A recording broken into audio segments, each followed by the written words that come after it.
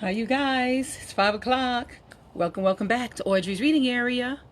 Thank you guys so much for joining me as I read these fun and exciting books to you guys.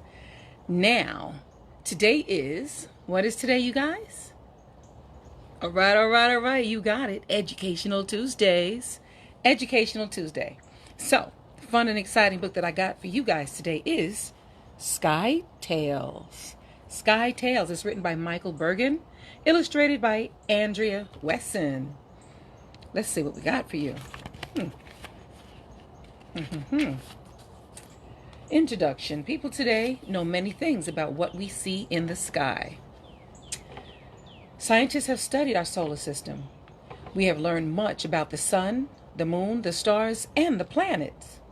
We even know about solar wind, a stream of tiny particles flowing from the sun into space. Astronauts have traveled to the moon and brought back rocks for scientists to study. Using telescopes and computers, we have explored the stars and planets. We learn more and more about space each day. Oh yeah, people have always wondered about the sun, the moon, and the stars. They have thought about the sun and how it acts as the nucleus or center of the solar system. They have wondered about what makes the sun rise and set. They have watched the moon and the stars on clear nights. They have been fascinated by the changes they have seen. Long ago, people didn't know very much about space. Storytellers made up tales to explain what they saw in the sky. Here are 3 tales about the sun, the moon, and the stars. All right. Just do this real quick. Okay. 4 Men and the Moon. Once there was a land that had no moon. After the sun had set, the country was covered in darkness. 4 men from this land traveled to a nearby country. When the sun went down, they were amazed to see a dim light shine through the night. "It's not daylight," said one man, "but it is not darkness either." The men stopped a farmer coming down the road. "Where is that light coming from?" one man asked him. "It's the moon," the farmer replied. "Our mayor bought it and hung it on an oak tree. We fill it with oil so it glows all night." After the farmer went on his way, the 4 men decided to take the moon home with them. I wish I could take the moon home with me. They climbed the tree, made a hole in the moon, and put loops of rope through the hole. Then they pulled the moon down and hauled it home in a cart. Interesting. Back home, the 4 men hung the moon in an oak tree. All their neighbors were happy when they saw the moon's light. Even on foggy nights, the moon's light was dimly fluorescent. The townspeople loved the moon's light. In the evening, they could visit their neighbors and find their way home. They paid the 4 men to keep the moon filled with oil.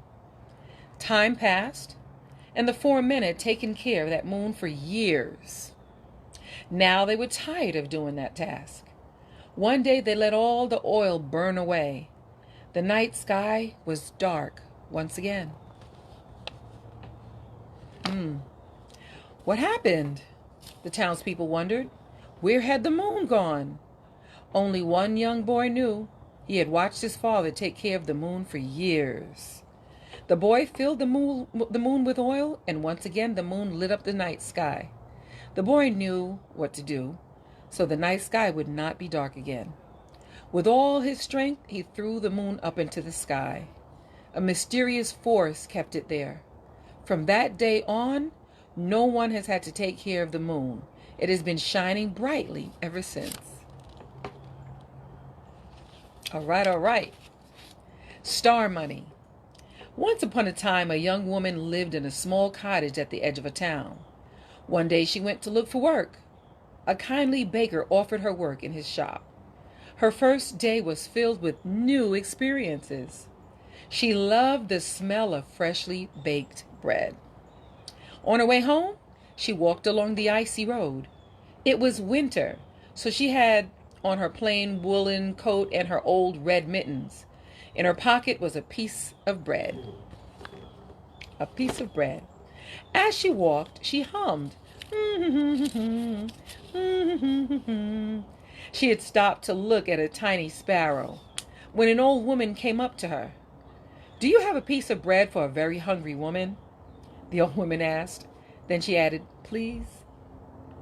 That's the magic word. Or one of them. The young woman reached into her pocket and pulled out her piece of bread. "This is my only piece, but you are welcome to have it." "Thank you for your kindness," cried the old woman. "I'll not forget it." Pays to be kind. The young woman walked on. She was looking at a puffy white cloud when she noticed a girl with no coat. "Are you very cold?" she asked. "Yes, I am," the girl replied. "Do you have something for me to put on?" she asked. Then she added, "Please." The young woman took off her woolen coat. She said, "This is my only coat, but you are welcome to have it." "Thank you for your kindness," cried the girl. "I'll not forget it."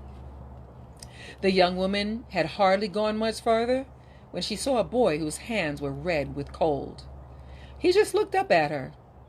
The young woman looked at the boy. Then, without even saying a word, she slipped off her old red mittens and offered them to him. "Thank you very much," said the boy. "My hands are so cold. I'll not forget your kindness." Woo! I'll not forget your kindness. By now it was dark, and the young woman was almost home. She looked up and noticed the stars that filled the sky. She had not seen the stars all day, but they had seen her. Suddenly the stars began to fall from the sky. As they fell, the stars became golden coins. The young woman saw that on her hands were her old red mittens. She wore her woolen coat, too, and in her pocket was a piece of bread, which she quickly ate. She filled her empty pockets with the money and hummed as she walked home. Wow. Exciting, huh? How sun, moon, and wind went out to dinner. This is the last story in here. One day, sun, moon, and wind and their mother, Star, were invited to dinner.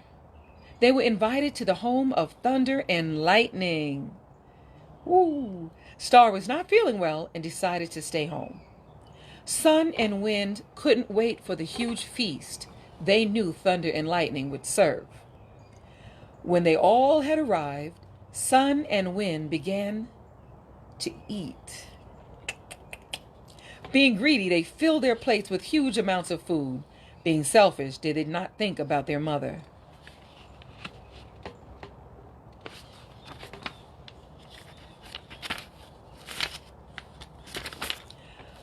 Moon was neither greedy nor selfish. Each time she took a little food, she placed some in her pocket for Star. When the feast was over, thunder and lightning said good night. They asked sun, wind, and moon to send their good wishes to Star.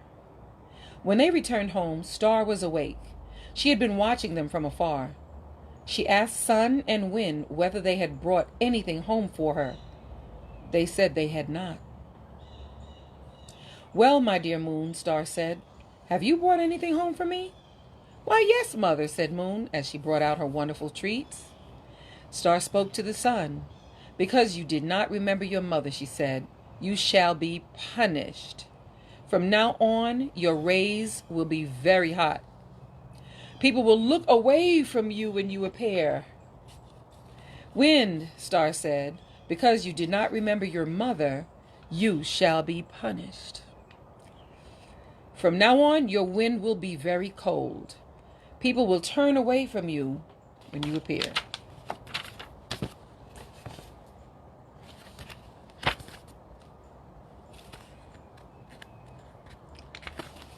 Then she smiled at Moon and said, "Moon, you were so kind to remember me. I was quite ill and needed food." She thought for a minute and said, Because you were so kind, You shall forever have a place in the night sky. You will be beautiful and bright. People will love your company and turn to you for light. From that day on, sun, wind, and moon lived just that way. The end. The end. Wow. Wow. Sky Tales. Thank you guys so much for listening to me read these fun and exciting books here on my Audrey's Reading Area channel. Yes, just going over to YouTube and click subscribe. I'm trying to get 1,000 subscribers. Anyway, I am more than halfway there. So please keep going. No, I'm not even halfway there. Almost a quarter of the way. Little of the quarter of the way there. So go ahead and please hit share, hit like, hit subscribe on YouTube. Go to Audrey's Reading Area. Thank you so much for enjoying these books that I read to you, because I enjoy reading them to you. Don't forget, Audrey's Reading Area, and I will see you soon. I'll see you tomorrow, live at 5. See you soon.